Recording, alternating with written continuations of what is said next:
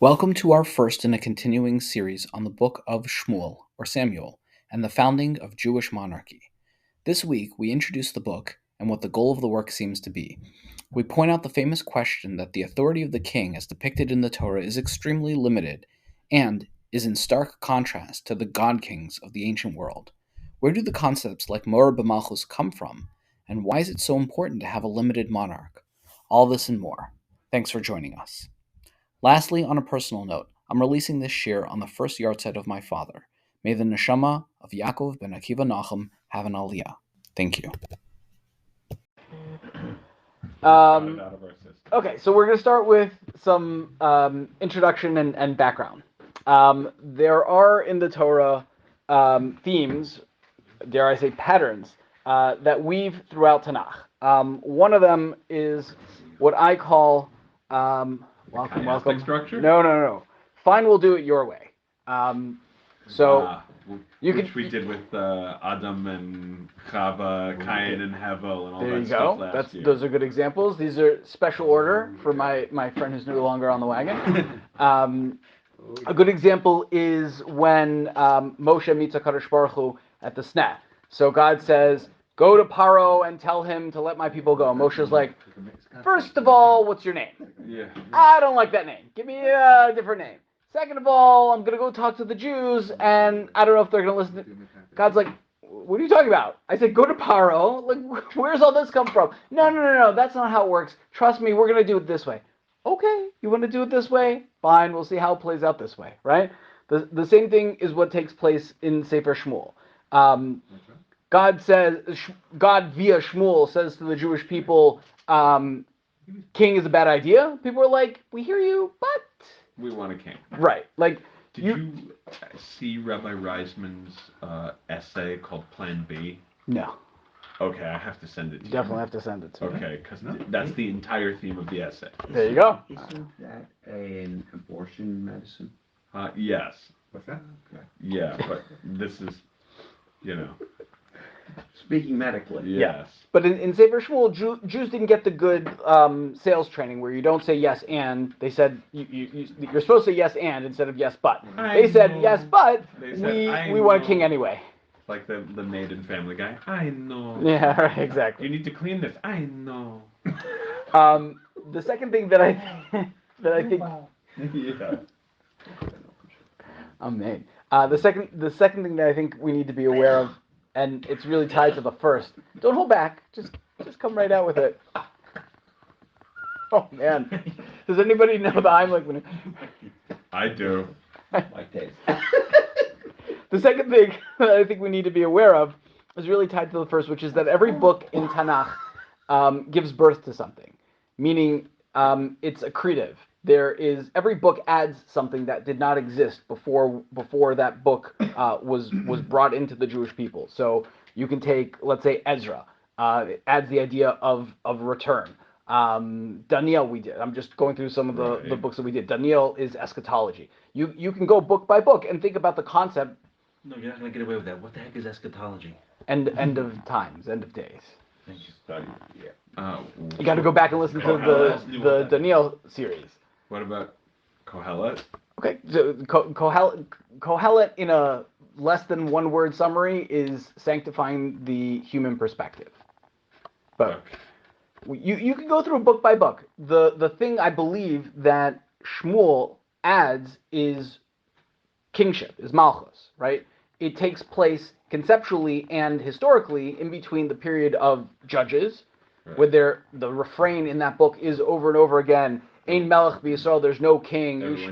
Everyone did what was yashar in their eyes, which is, from one perspective I heard, which I thought was nice, everyone did what was yashar in their eyes. They didn't do what they thought was wrong in their eyes. They thought it was the right thing to do, right? And then it transitions to Sefer Malachim, where kingship exists, and now we're seeing how kingship plays out. Shmuel gives birth to the concept of kingship, right? That's what the book, in essence, if I have to boil it down to one word or one idea, that's what we're going to go through the process of what it takes to create Malchus. Even though most of the book you already have kings, most of the book of Shmuel is not about Shmuel. Spoiler alert, there'll be a lot of general spoiler alert warnings over here. Failures. Yes. Yes, we're going to have a lot Is that of failures Malachim? in this No, book. no. I would say that is Shmuel. Failures. I don't know. I wouldn't agree with that. On whose part? Well, you said it. Of course, you'd agree with your own statement. Of course I would. It's failures because most of what goes on in Shmuel is failures. Okay. You can argue there's a great series on Sefer Shmuel by Dr. Micha Goodman, the Shalom Hartman Institute, and he argues either as a main theme, maybe as a secondary theme, that there's a From Israel. Yes. That what you get is actually the foundation of the Beit HaMikdash. You start the book with the destruction of the Mishkan in Shiloh, and you end the book with the founding or the foundation of the Beit HaMikdash, so that's the theme of the book, is the transition from Mishkan to Mikdash. I don't see that, but if other... It doesn't play out in the text quite like... I think it's an so artifact, overtly. right? It happens to, yes, that takes place, but I don't think that's the thematic. I don't think you can distill the essence of the book down in that way. There's a biological term for something, spandrel. It's an outgrowth of something that was unintended. A cancer. Maybe I wouldn't go that far, but we'll try to clarify why I believe this is the theme as we go along. So we're going to make references as we go through the text, and the plan is to go through every parak.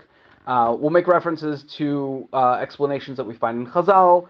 We're not going to limit ourselves to those explanations, and I think this is kind of an important preface just for learning Tanakh in general. Why don't we just take whatever Chazal say was the meaning of the pasuk or the parak or whatever, and say, okay, that's what it means.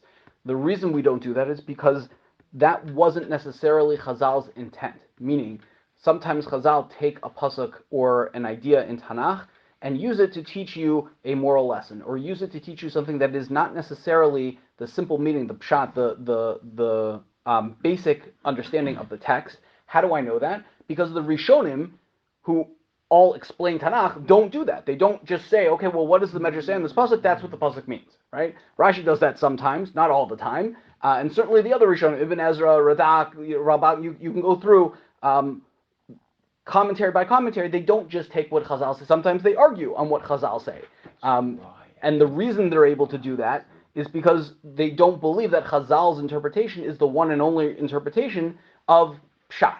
That doesn't mean that it's a interpretation we can put to the side. We should recognize it and understand what Chazal were trying to accomplish with what they were saying.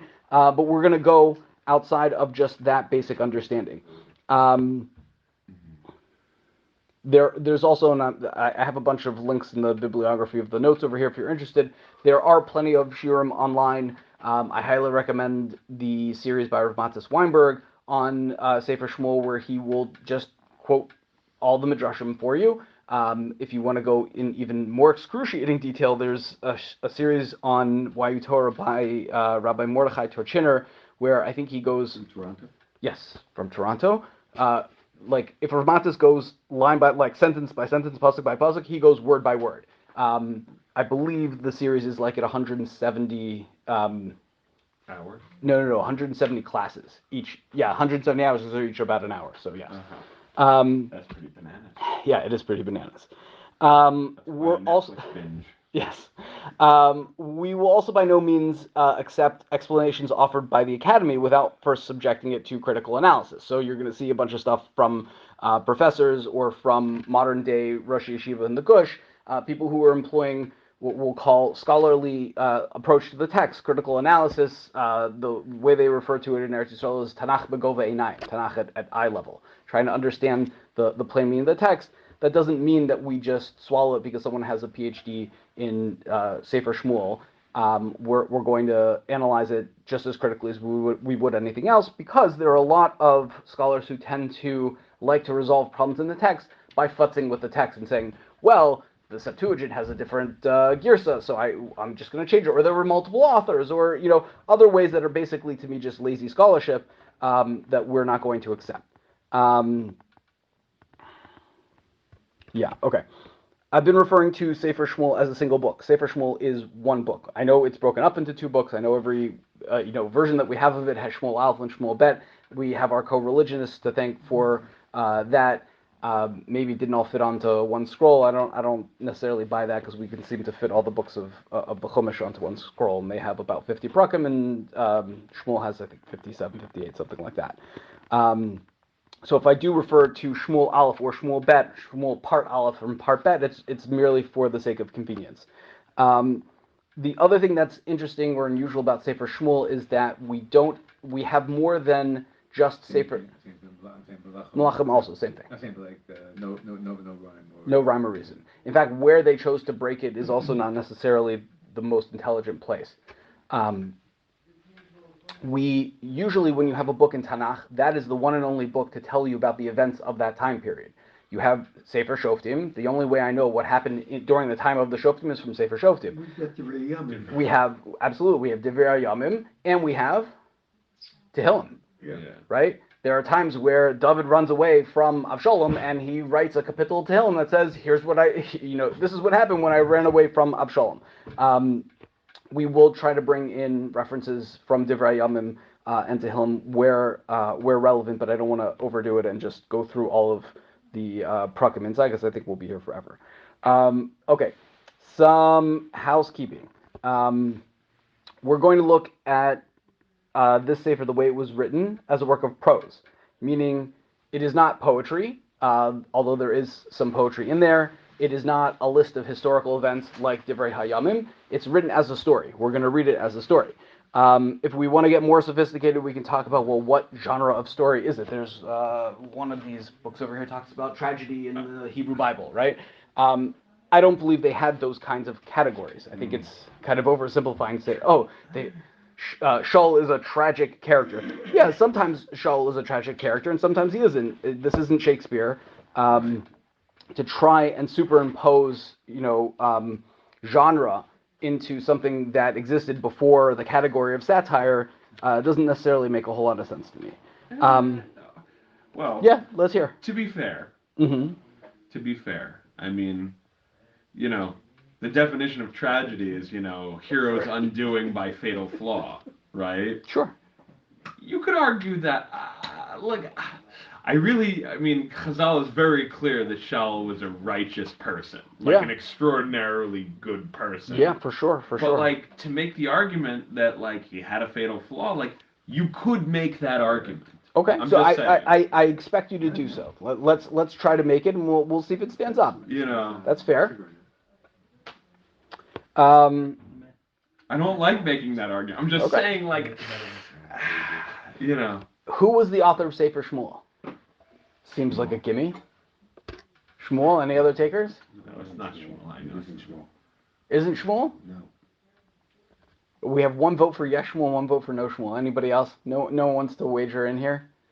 So Chazal tell us in Baba Basra that Shmuel wrote Sefer Shmuel along with Rus and I believe it's Shoftim, but he only wrote up to a certain point because by the 25th parak he's no longer with us, right? So who wrote the rest? We have two other prophets in Sefer Shmuel. One is Natan Hanavi, who's the one who, he rebukes David by the Bathsheba incident, and the other is God, G-A-D, not to be confused with G-O-D. God Hanavi is the third author of Sefer Shmuel. This, by all accounts, meaning you can read Robert Alter's commentary, and he's like a literary critic. Everyone across the board will tell you this is a masterpiece of literature. To me, it's amazing. They take tools of literary analysis. You were talking about chiastic structure. We've seen a lot of this before. Leetwort and type scenes and all of these different things that are tools of literary analysis that didn't exist 3,000 years ago, and they find it in the work that's in front of us. To me, is mind-boggling.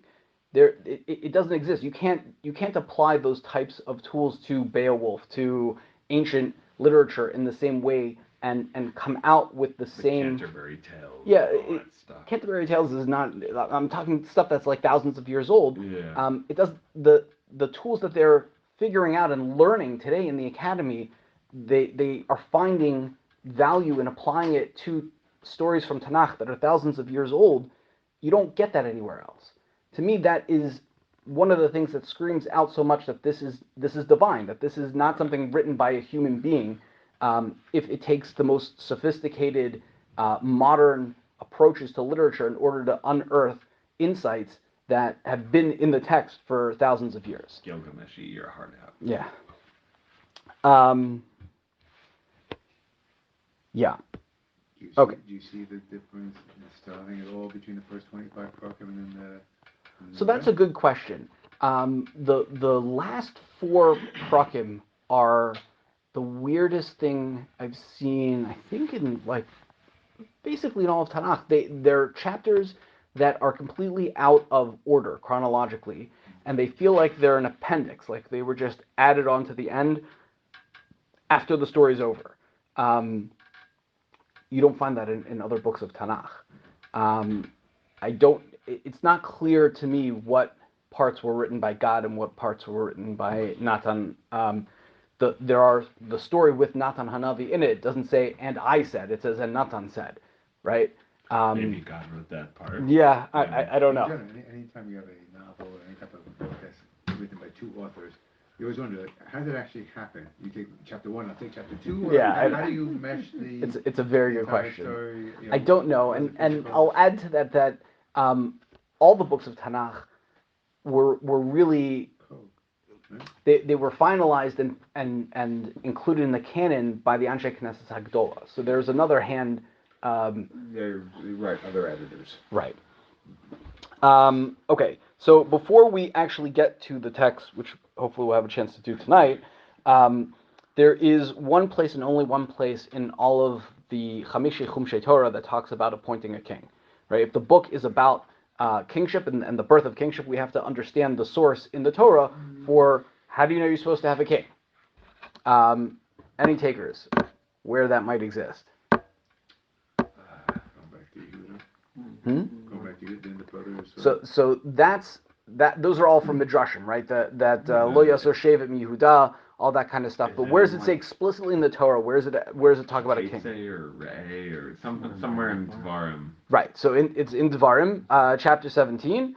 We get basically like 6 psukim, which I will read to you now. There's a couple Devarims over there if you want to read along with me. We're in Devarim 17, 14 4 through 20. Someone just used Google. The Bekias. That's great. Yeah, it's in Ray. Be I got sure it. to Oh, no, be sure to appoint over you the. Well, let's do the Hebrew first. What, 17? 17, 14 through 20. I was like 15 took him off. I thought it was in Ray. Okay. Right. We'll give it to you. Nah, it's okay. Fabulous prizes. 17. 14. 14. Chapter 17, verses 14 through 20. Who wants to read? Kisavo. That's it. So ha'aretz asher Hashem Elokecha nosen lach, v'yishta v'yashavta ba, v'yamarta asimo alai melech, v'chol hagoyim asher esti yotza. So after you've come to the land and inherited it, and conquered it, settled in it, so you'll say, okay, I'm going to set myself a king like all the nations around me. So, Som Tosim Alech HaMelech Asher Yivchar Hashem Elokecha Bo. So you have the king should be chosen by Hashem. Mekerev Achecha Tosim Alech HaMelech Lo Sucha Lo Seis Alecha Ish Nachri Asher Lo Achichu. So the king has to be a Jew. Correct. Rak Lo Yaver Lo Susim V'Lo Yoshiv Es Al Mitzrayim Lo Laman Harbo. So don't have a lot of horses so that we don't go back in Mitzrayim to get more horses. Hashem Amar Lachem Lo Susifun Lo Shuv B'Derech Hazeh Od. Hashem said you're not going to go back there. Lo Yaver Lo Noshim Lo Yosher Lo Vovo. Don't have too many wives. V'Chezev V'Zav Lo Yarbe Lo Moed. Don't have a lot of gold and silver. Kishirto Al Kisei Mamlachto. V'Chezev Lo Es Mishnei HaTorah Hazos Al Sefer V'Lifnei HaKohanim HaLeviyim. Okay, so when he's sitting on his throne, he should write the Torah for himself. Right. Milifnei HaKohanim HaLeviyim, before the Kohanim and Levim. Right, they're the ones who are going to check to make sure he wrote it the right way. Imo, you should have it with him. Ukargo Kol Yimei Chayav, you should read from it every day of his life. You should learn to fear Hashem. Lishmor is called the Reya Torah Azos to follow the Torah Veschukim Elo Asoso. Levilti Rum Levavo Me'echav Levilti Sur Min HaMitzvah Yomim Smol Leman Ya'arich Yomim Al Mamlachto Hu one of the Kerev Yisrael. So that way he shouldn't become too haughty over his brethren, and he should stay on the right path, and then he'll have a long kingship. Now, Okay. question number one that's just jumping out at me that Go I for hope it. you'll get to Yeah, let's go. is, don't Chazal like excoriate the Jewish people in Sefer Shmuel because they're like, hey, we want a king like all the other nations. Okay. Okay. So that you're gonna have to wait till chapter 8 for a longer discussion on that. But yes, that they definitely. But the Torah is saying, hey, I'm gonna say this. Like, what's the problem? I'm doing what it says in the Torah, Correct. I bruh. don't think Correct. the Torah, I don't think that, no, then somewhere it's like, we really shouldn't be saying this. Right. That what you're saying is what Chazal said, right? Forget about Chazal. Shmuel said you shouldn't be asking for a king. God is your king, right? In Shoftim, the Jews went to Gidon and they were like, "Hey, be the king." He's like, "God should be the king. That's a bad idea for me to be the king." Then, but apparently the implication that at least I recall from, I think it's the Gemara, is that if the Jews had said, we want a king because there's a mitzvah in the Torah for us to have a king, and he shouldn't have too many wives and too many horses and all that stuff, like, it's implied that wouldn't have been an issue. Right. Okay, but because they said we want it like all the other That's bad. That's bad. non-Jewish They have a nations, king. but then it says in the Torah, hey, we want a king Right. like all the other nations. So what's the problem? Okay. Good. Let's hold that The one. Torah also says that we're going to stray from the Torah, and then all these clothes are going to come upon us. It also says that. My Chavrus in Eretz Yisrael said in the curses, one of the things it mentions is Vayisa Meshuga. He said that's not a mitzvah, right? You're gonna become crazy. Right. But you can read it as you should be crazy, Uh-huh. right? Okay, so a couple points I'm going to steal from Dr. Goodman. So the thing that we need to kind of contrast and maybe take a step back is we've read this before and people are familiar with all this. It's too familiar to us to be shocking, but it needs to be shocking. Yeah. In any other culture The of the king time, is like godlike. the king is right. The king is Absolute. either the king is God or God is the king, right? But this is radically reduced like monarchy. First of all, you only establish the king after you come into the land, so that the king can't say, "I'm the founder of the country. I'm the one who led you to war, and I'm the one who." Right? No more despotism. Right. Let's see. But there's still, I'm saying there's still a Chayav Misa from the king. So that's really where I wanted to get to. You kind of skipped to the end of my list, but the big thing on the list is nowhere on here does it say you have to listen to the king. Nowhere on here does it say if the king says something and you don't do it, you're Whither Malchut and the king can put you to death. Right. The king putting somebody to death is definitely in violation of the Torah, right? The Torah says you can't put somebody to death. So who says that the king can put anybody to death that he wants? We're gonna. I mean, that's what half the book is going to be about. You know, there is a Gemara in Sanhedrin where it talks about was Yoav justified in killing Amasa? Amasa, thank you. And did he darshan the Achan and Rakin? We're gonna put that all the technical discussion to the side for a minute and just look at the psukim. There is nothing here that gives the king any power whatsoever. That's crazy. I mean, what is the purpose of the king? It sounds like the purpose of the king is to be in Kolo. Right. Right? Don't have a lot of stuff and just learn Torah all day long. Right. Tell me the king has to lead the people into war. When the Jewish people actually ask for a king in Shmuel, they're like, we need the king to lead us into war and vanquish the Plishtim. Okay, so I get it. You need basically a shofet on steroids. Need a generator. Right. A general. A general, right? So you had generals in Shoftim, and so you want to knock a general. So Did the Kohen do that? lead the people. The war Kohen gives them the speech. Oh. He riles them up. And then He he doesn't okay, go now to you bed. go that way. Yeah. I'm gonna stay here. With the pretty garment. I mean, there's a big emphasis on him being a Jew. and he can't have a personal militia and a harem and lots of money. But that's the anti-king, right? He can't have all the things that kings have. That's essentially what I'm reading from this.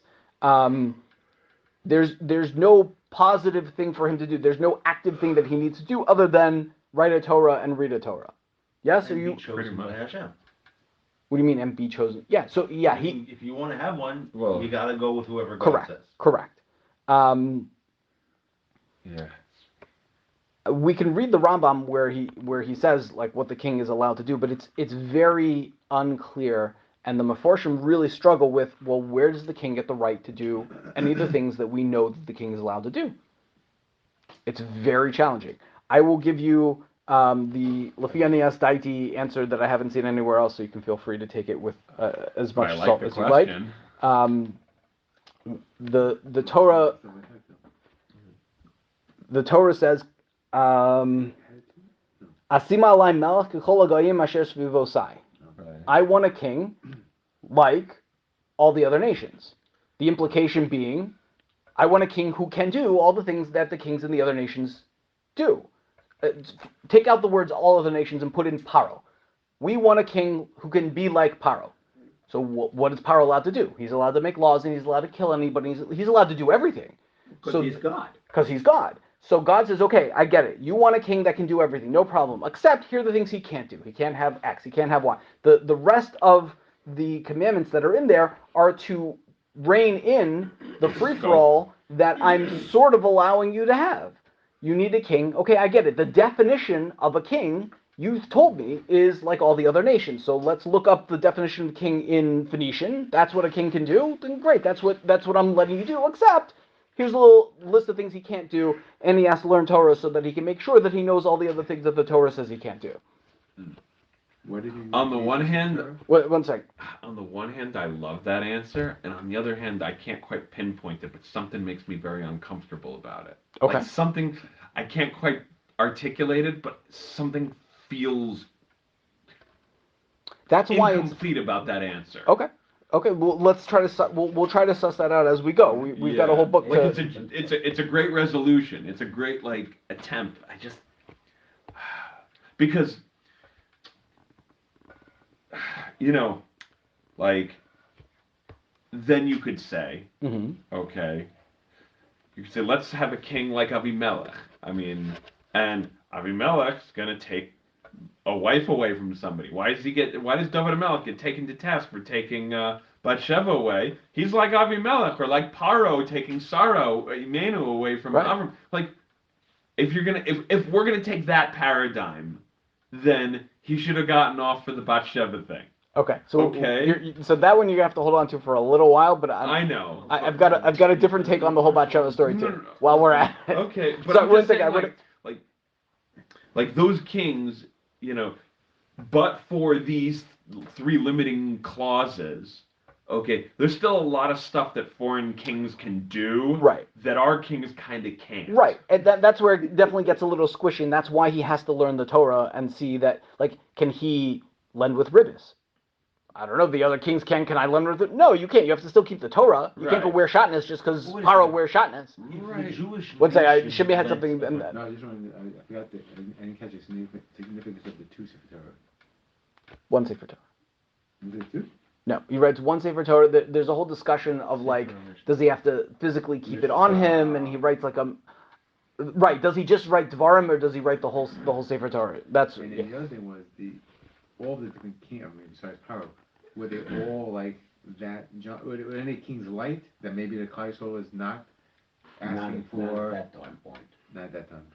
If you were a king in like what was his like the Middle Eastern, like the Mediterranean basin in that time, you were the absolute God. Right. But the Navi says the Navi quotes Paro, who says Li hayor bani asasiv. I made the Nile. I Paro. No, let's say the Muhammad between the 4 kings and the 5 kings. All of those were gods. Okay, so that's a fair question. Chiefdoms. Right. Yeah. Right. If you were the king of your local town, you were probably right. You were like the local magistrate, and we called you king just because it was easier. Just stroking your ego made it better for us. Right. You had huge checks of open land. Yeah. What I was going to say is that when talking about lending with ribis, Yeah. right? When the Jewish nation would lend, right? That we, all the brachos say we're going to lend to Right, nations right. and we're not going to have to borrow. For sure. We didn't lend with ribis. Of course, we were allowed to lend with. No. I'm saying, could it? If we take the shot that I'm offering seriously, then can the king do anything that is in violation of the Torah because the non-Jewish kings do it? Right. If Paro wear shatnez, can David HaMelech wear shatnez and say, "Oh, I'm like the kings of all the other nations"? So Right, meaning whatever freedoms the king had, as once he had the position of king, it seems like if you going with no offense, but going with the shot that you're trying to give, right? yeah, And they're like, but just don't have too many wives, don't have too much gold and silver, don't get too haughty, learn the Torah, right? Why am I learning the Torah? So that way I know how to keep it in check. Yeah, but killing people didn't fall under there. Right. What Right. about murder? right. No, it for sure didn't. Right. The king can basically Whither Malchut anybody he wants, right? And Go for his head. right. Right. And that's what the Torah is trying to rein in. I think a little bit is to say, don't get too big for your britches. You can't even have more than like 10 horses. And it's also what the 18, Navi is there to 18 wives. The horse number I made up. He basically is allowed to have as many horses as he needs for his personal effects, but he can't have his own private militia. There's the army. He could staff the army with as many horses as necessary, but he can't then have his own private, Stables. stable. I thought it was 18 wives, 18 horses. No. That's you're gonna have to talk to someone else about that heckish over there. Okay, I don't know. Okay. So What kind of heckish is that? so should we start Lise Pasagala? Yeah, sure. Okay. We need a reader, por favor. Thank you. I gotta turn on my Safari. Over. There's books if you whatever you prefer. Electronic is Funny, just you got a lot of books here. He ish echad. Yes. Masayim. Sofim mehar Ephraim. Shmuel Elkanah ben Yerucham ben Elihu ben Tohu ben Suf Ephrasi. Okay, there's a guy from Ramasayim. What is it? Ramasayim of Tsufim. These are all place names. And his name was Elkanah. His father was Yerucham, the son of Elihu, the son of Tohu, the son of Suf, of the Ephraimites. Okay. So I'm going to ask a lot of questions, and you can please feel free to add your own. We're not going to necessarily answer all of them. Some of this is to just get you thinking about how the material is presented. Why do we need all this information? Why do I need locations and genealogy? Maybe I should start by giving you some contextual information. So from Divrei Yamim, Elkanah's the one who got everybody excited about going for the pilgrimage, right? In Shiloh. For the pilgrimage. Yeah. Yeah. That's. Come on with me, I'm going. 100%. What shevet would you say Elkanah is from? Got one for Binyamin. No, he wasn't Shmuel a Cohen? Shmuel not a Kohen, but I can forgive you for thinking. Says from Ephraim.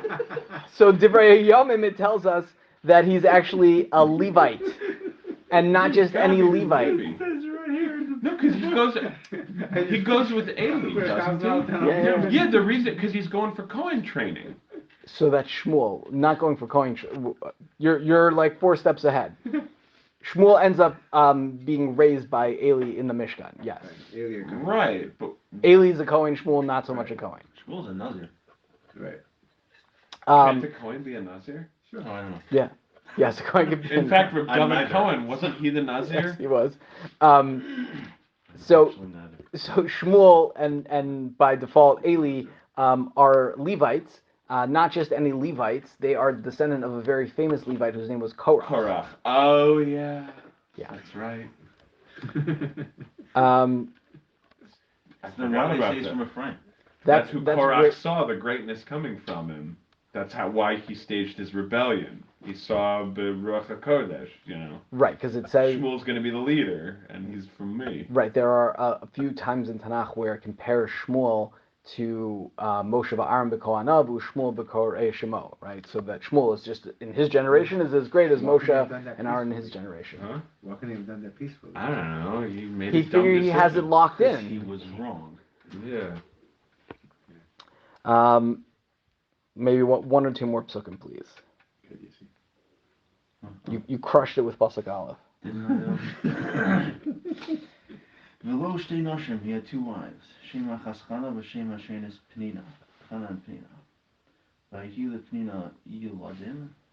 Penina had children. V'Chana ein Yiladim. Chana did not have Yiladim. Okay, so here's a mini version of chiastic structure. He had two wives, Chana and Penina. Penina had children, Chana did not. Right? See how we switched it? Yeah. Yes. It's also interesting the way that it's written. Shem ha'achas, not the shame of the Rishon, but the shame of the achas, the one. That's the one he wants. And then there's also a shenis, right? There's the afterthought. What do you right away think of when you hear the man with two wives, one has kids and the other does not? Yaakov. Yaakov. Hagar, no. Sarah and Hagar. That's interesting. That's actually an even more interesting comparison because Penina is going to be pretty mean to Chana. Right. Yeah, but that was the other way around. That was the other way around. It mean by Avram and Sarah with Hagar, it was at least in Hagar's view, Sarah was the mean one to her, Right. not Right. the other way around. Like the childless one was mean That's to true. the with Right. child one, not the. Right, so, but you're child. saying That's fair. Rachel and Leah? Yeah, Rachel and Leah, I think, is Which also. will also mean, again, I don't think Leah was mean, like How to, was she to, mean? to Rachel, saying like, and with the Dudaim, right? Like you took my husband, now you want my kid, like. Right. No, but Rachel said, she yells at Yaakov, like, give me kids or else I'm dead. And, Yaakov Right. gets angry at her. Right, and he's taken to task for that also. That wasn't like a, well done, Yaakov. You yelled at your wife. Well done. Right. Well, what we're going to get throughout this book is stories that are written in a way to make you recall other stories from Tanakh, to either mine those stories or to undermine those stories. Okay, let's do one more pasuk, please. V'olor shahu me'iro miyamim yamima l'shtakos l'zboach Hashem tzavakos b'shilo. So he used to go up every year to, go serve Hashem in Shiloh. Risham shnei b'nei Eli, Chofni uPinchas kohanim Hashem, and there were two sons of Eli, Chofni and Pinchas, who are kohanim. Awesome. Okay, so the last time we heard about the Mishkan was in Sefer Shoftim, in Parak Chaf. So we haven't heard about the Mishkan in a long time because back then it was in Beis El. Now it's moved to Shiloh. Chafni and Pinchas, the information about them here seems just like added on. This has nothing to do with Elkanah, and Chafni and Pinchas are not going to play a role in the story for a long time. This is essentially like foreshadowing. It's there. It's information that we're giving you now that it has no relevance now, but will be very relevant when we get further into the story. Chazal talk about what Elkanah is doing over here, and I think someone mentioned it. He was big into making a pilgrimage. People were not going to Shiloh as much as maybe they could have or should have, and part of what he felt was his job was every time he would go constantly, at least once a year. There's different opinions. Maybe he went 3 times a year, but the point is, every time he would go, he would travel through a different path. He'd go through a different city, and he would make a big hullabaloo. I'm in town because I'm going up to be a little regel. If anyone wants to join me, fun and games, let's do it. And then he would go to the next town the next time and try to get people more involved in being Olul Regel. And this is a credit to Elkanah for having done so. Yes. Where's there be pension pay? Exactly. And maybe we will put a pin in it for this week. Sure. Yeah, sure. Okay, that's it for now. I'm so glad you were able to join us on this holy quest for a better understanding of Hashem's Torah.